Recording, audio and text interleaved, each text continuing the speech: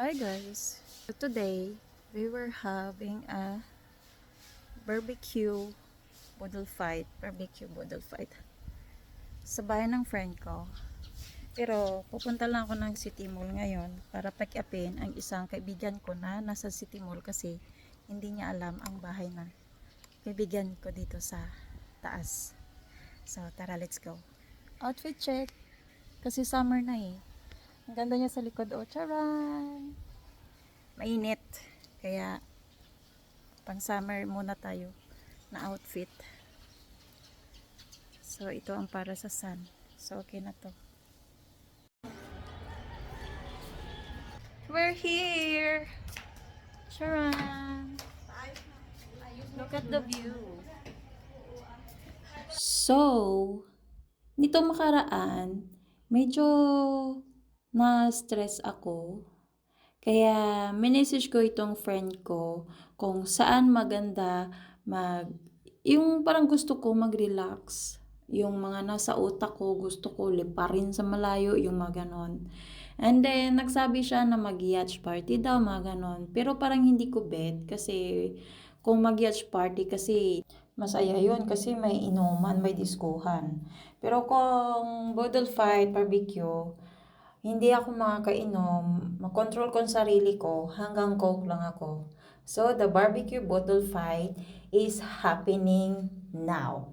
So, may nakita nga kayong barbecue, and dito nga nag-prepare na rin ako ng table habang ang isang friend ko ay nag-barbecue.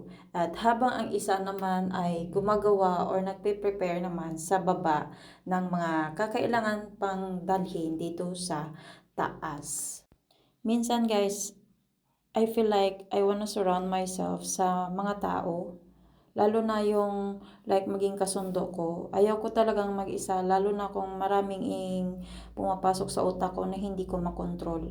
Kaya mas gusto kong napapalibot ako sa mga tao para masaya lang. So, pagkatapos ko nga i-set up ang table, nagtulong na rin ako para mag-barbecue kasi marami kasi ang baboy na kailangan i-barbecue.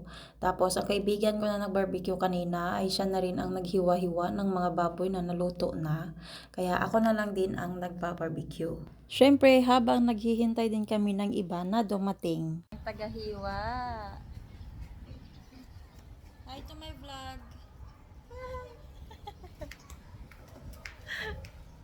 And so, kumpleto na nga ang girls. May dala silang talong and fresh ang kanilang talong kasi nung inihaw na, nagalupok-lupok, OMG.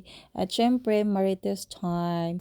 Grabe talaga, no? It's more fun talaga in the Philippines kasi alam niyo yung bago pa lang kayo magkakilala, tapos hindi pa kayo nagpapakilala sa isa't isa kasi magkakilala lang kayo sa mukha. Pero nagchichismisa, nagtatawanan na kayo, no? Bakit kaya ganun? Pero ang saya, ha? Yung huli na ang magpapakilala sa isa't isa kapag may uuwian na. Tapos, ay, ako pala si ano to. Tapos ako si ganito. Ay, okay, nice to meet you. Yung mga ganon. Ang ganda talaga dito sa Pinas, no? Ay, nako lang. So, dito nga sa isla na tinitirhan namin, maliit lang to. Kaya magkakakilala na kami sa mukha, pero hindi pa kami magkakakilala sa pangalan. So, syempre, meeting new friends is always the best. Alam nyo yon kasi masaya, yung mga ganon. So, masaya ako na nakakamit ako ng mga bagong tao, bagong friendship, yung mga ganon. Kasi masaya eh. Pag boring naman talaga pag mag-isa ka lang.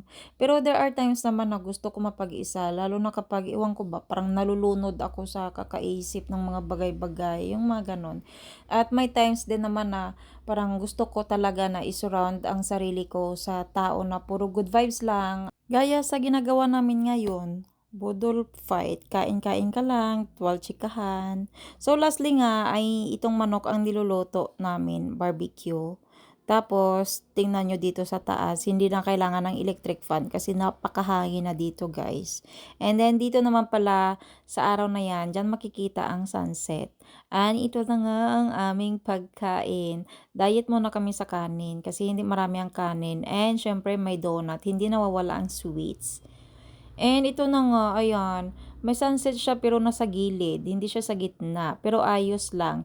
I-zoom na lang natin itong boat. Ito na lang muna ang ipakita ko sa inyo. Sa bahay naman andun si papa at ang anak ko tapos nakikita ko naman sila sa CCTV.